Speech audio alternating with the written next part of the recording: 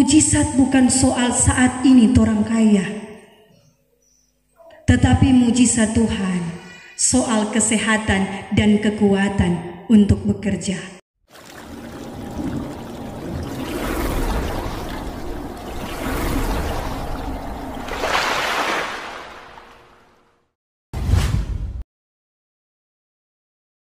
Saudara-saudara yang dikasihi dan diberkati Tuhan, salam sejahtera bagi torang semua. Shalom.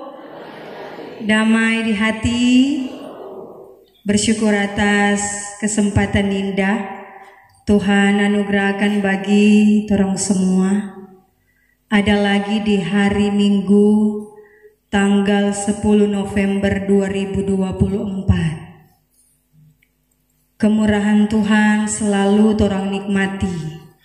Kasih dan berkat-Nya selalu ada bagi kita, sekalipun memang torang tahu bahwa hidup yang dijalani tidak selalu cuma senang-senang, tidak selalu cuma bahagia terus, tetapi ada waktunya juga kita diperhadapkan dengan berbagai tantangan, pergumulan, bahkan persoalan dalam hidup ini. Saudara-saudara yang dikasihi, diberkati Tuhan, ingatkah kita atau tahukah kita dengan lagu Sentuh Hatiku?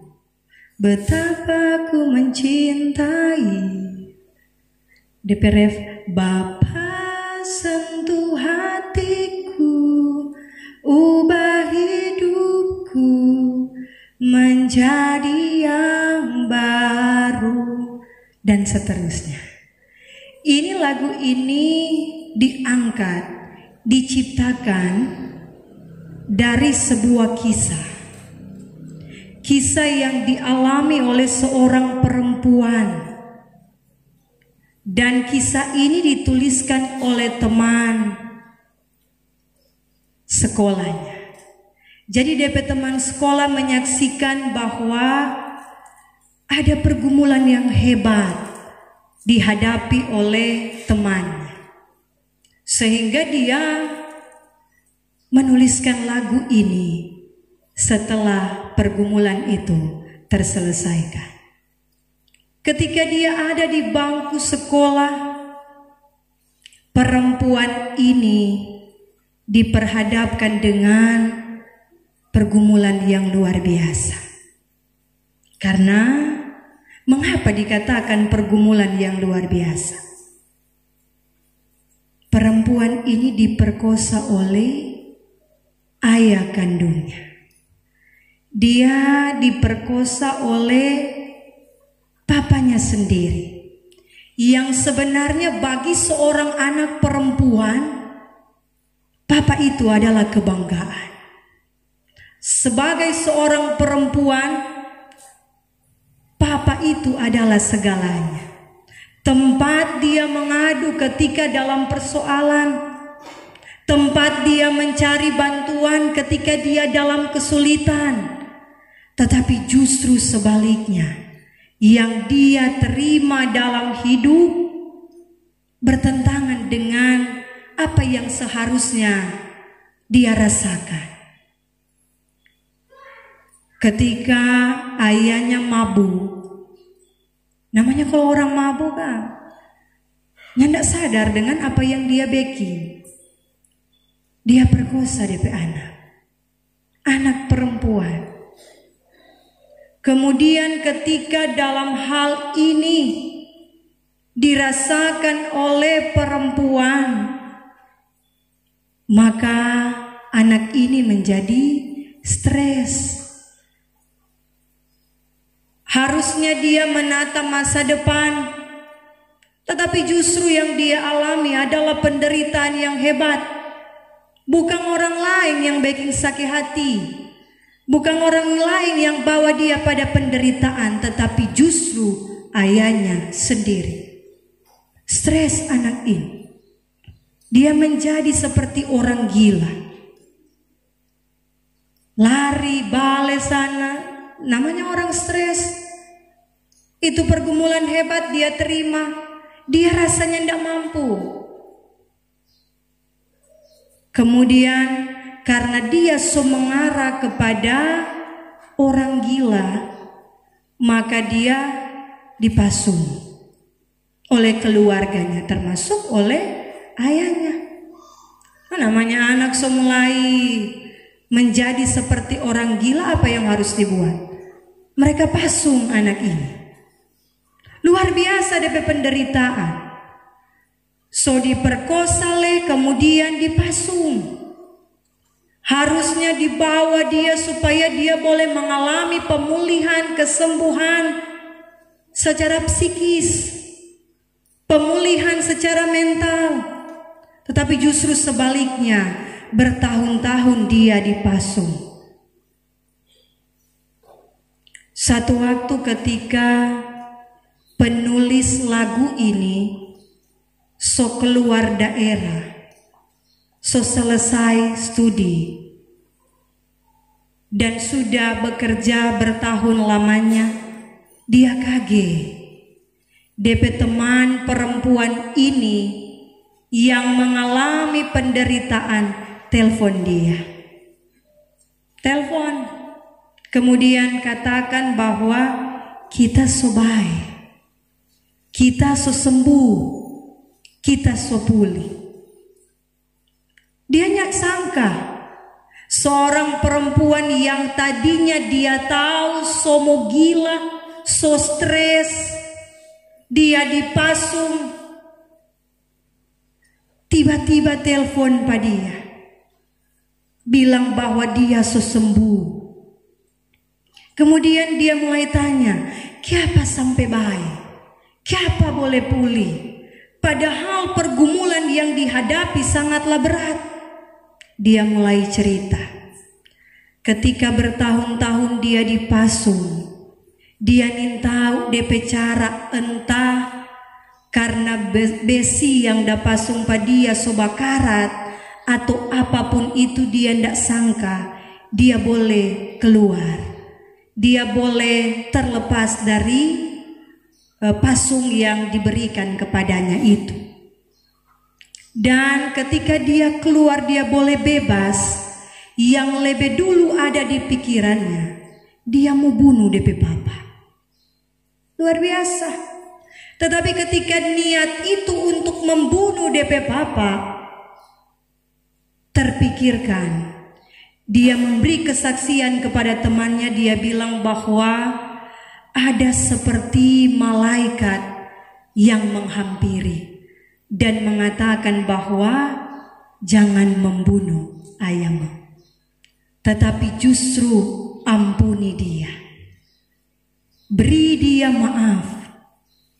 Sekalipun ini berat, tidak mudah, tetapi ini harus dilakukan.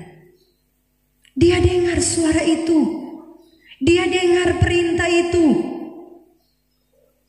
dan akhirnya dia pun melakukannya.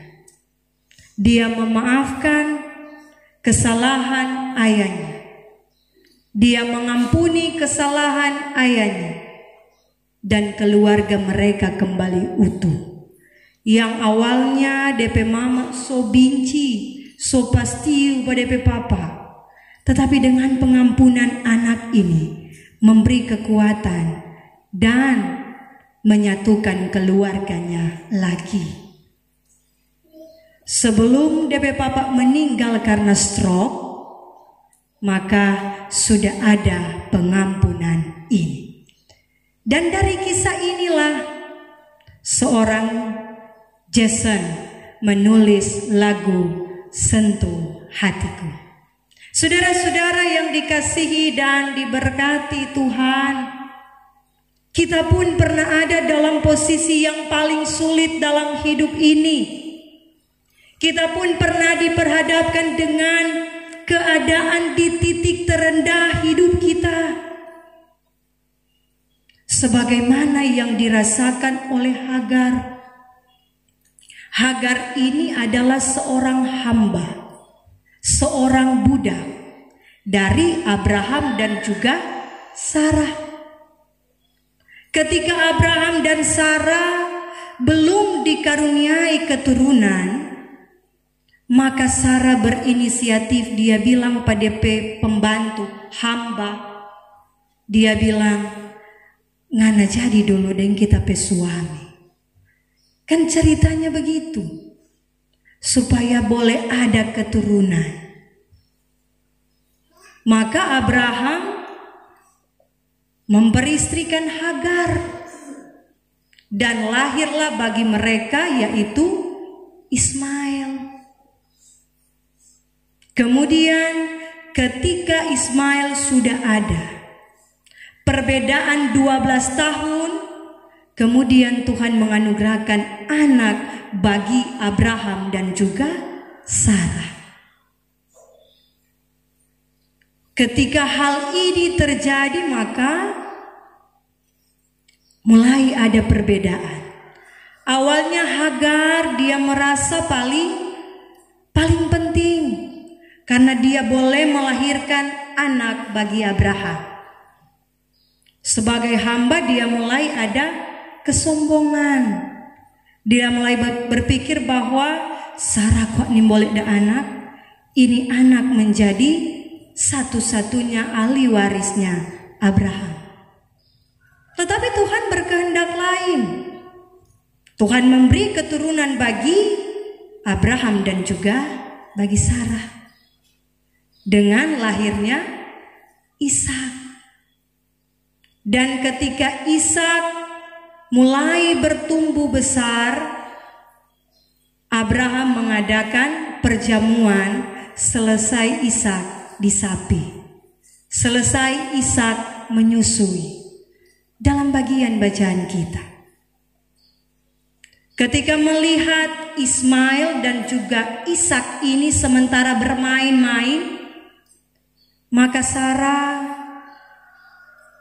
mulai berpikir bahwa ini boleh yang keturunan Abraham itu Ishak. Dia yang berhak menjadi ahli warisnya Abraham. Karena itu dia bilang, Pak Abraham, sekarang usir Hagar dan Ismail. Usir budak dan juga anaknya keluar. Abraham bilang, biarpun perempuan ini budak, tetapi ada Ismail anak Abraham. Masa kita mau usir kita pe anak? Dalam hal yang demikian, dalam kebimbangan, Tuhan berfirman, apa yang Sarah perintahkan, lakukan. Tentu Abraham berpikir, Tuhan, masa Tuhan iakan permintaan yang seperti ini?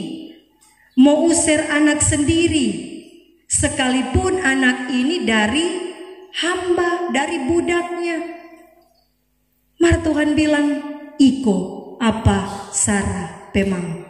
Karena memang benar, ahli waris keturunan Abraham yaitu Ishak. Tetapi Tuhan berjanji, Tuhan tidak akan membiarkan Ismail. Dia akan memberkati Ismail dan menjadikan dia bangsa yang besar. Ini janji Tuhan.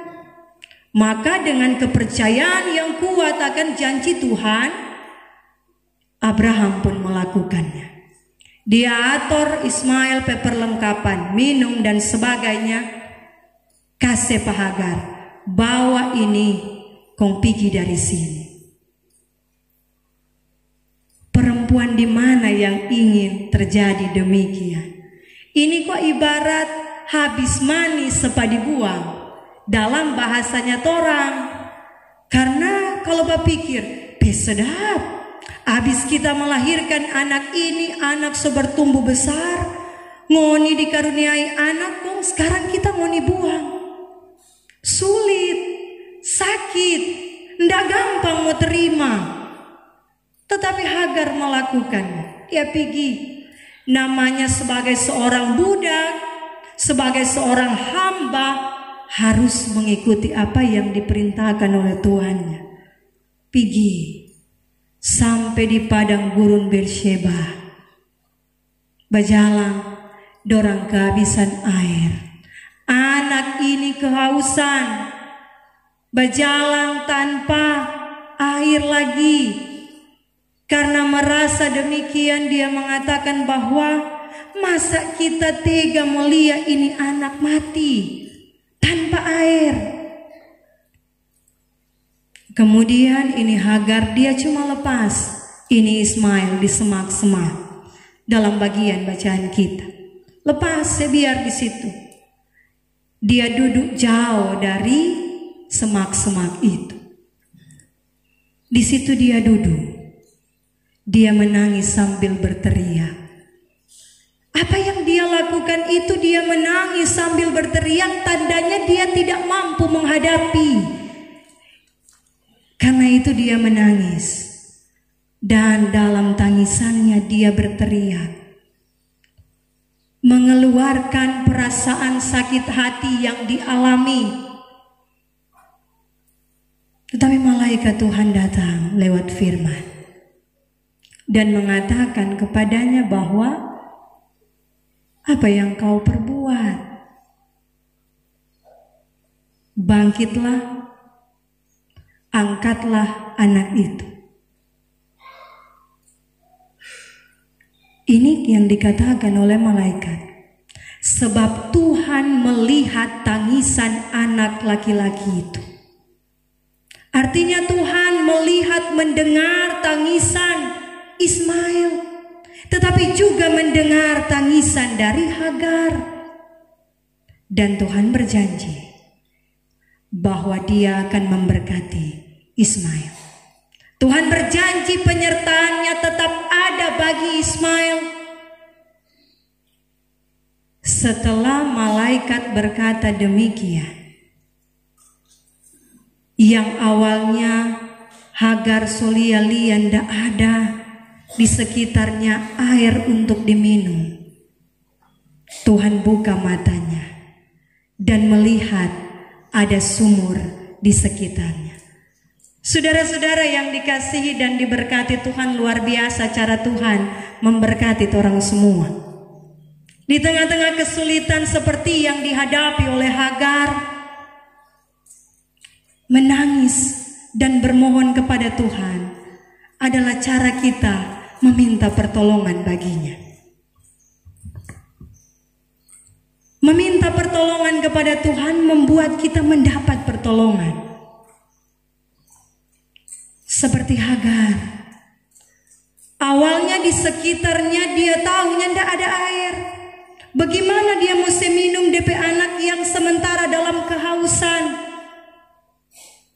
Tetapi ketika dengan menangis, dengan berteriak suara nyaring kepada Tuhan, artinya meminta pertolongan kepada Tuhan, keajaiban kuasa Tuhan berlakukan. Awalnya yang torang lihat gelap, awalnya yang torang lihat sepertinya mustahil Tuhan mau tolong empat orang. Tapi dari firman ini ternyata orang belajar bahwa tidak ada yang tidak mungkin kalau dengan Tuhan. So berjuang bertahun-tahun Tuhan melawan sakit sampai detik ini nak sembuh-sembuh. Tuhan bilang mujizat bukan soal kesembuhan, tetapi soal kemampuan sampai hari ini dimampukan untuk berjuang melawan sakit dan penyakit. Ternyata ketika orang berjuang hari ini, sekalipun dalam penderitaan sakit, sekalipun dalam penyakit, tetapi orang dimampukan oleh Tuhan. Itu merupakan mujizat Tuhan. Ketika orang membutuhkan pertolongan Tuhan, masalah ekonomi Tuhan kita usaha, sekuat tenaga kita backing, mau bilang dak taat le kita Tuhan, semua kita kerjakan. Maka apa kita ekonomi keluarga ndak puli-puli. Mujizat bukan soal saat ini orang kaya, tetapi mujizat Tuhan soal kesehatan dan kekuatan untuk bekerja. Ternyata sampai hari ini torang masih sehat, torang masih kuat, torang tidak kekurangan apapun. Itu bagian dari mujizat Tuhan. Kadangkala torang selalu berpikir mujizat soal hal yang besar, tetapi tanpa torang sadari mujizat Tuhan selalu ada tiap hari bagi torang. Pertolongan Tuhan selalu ada bagi kehidupan yang torang jalani. Sebagaimana yang dialami oleh Hagar, tidak gampang menjadi hamba, tetapi juga dijadikan alat dalam pikirannya. Tetapi ini ternyata rencana Tuhan baginya. Rencana Tuhan bagi Ismail menjadikan dia bangsa yang besar. Saat ini memang orang belum lihat keajaiban kuasa Tuhan. Anak-anak masih begini Tuhan. Torang pe anak-anak bagaimana dong pe masa depan? Memang belum terlihat sekarang. Tetapi ternyata ketika orang tua berjuang dengan keras, maka orang akan melihat keajaiban kuasa Tuhan terjadi bagi anak-anak kita. Saat ini orang tua diperhadapkan dengan pergumulan bagaikan pergumulan Hagar. Menangislah di hadapan Tuhan. Karena menangis bukan tandanya kita lemah. Tandanya kita tidak memiliki kekuatan, tidak. Tetapi menangis tanda kita membutuhkan Tuhan. Menangis tanda kita sangat bergantung kepada Tuhan. Karena itu, semangatlah menjalani hidup ini. Bangkitlah, angkatlah anak-anak kita, angkatlah keluarga kita, menikmati setiap berkat Tuhan dalam hidup yang dijalani. Tetapi pun, periksa hidup ini. Jikalau tetap taat dan setia kepada Tuhan, maka kita akan terima berkat itu. Kalau sampai sejauh ini kita masih jauh dari Tuhan, berbaliklah dan mendekatlah kepada Tuhan. Perjalanan kita masih jauh, tantangan kita masih banyak, kita sangat membutuhkan Tuhan. Sebagaimana janji Tuhan bagi Ismail, tetapi juga bagi Ishak, menjadi janji bagi anak cucu kita. Tuhan menyertai Ismail, seperti itu pun Tuhan menyertai, memberkati hidup orang semua. Selamat hari Minggu, selamat menjalani kehidupan yang penuh dengan berbagai tantangan, sambil percaya setiap luka kita akan diobati oleh Tuhan. Setiap sakit hati kita, Tuhan punya cara untuk membebat dan menolong orang semua. Tuhan memberkati. Amin.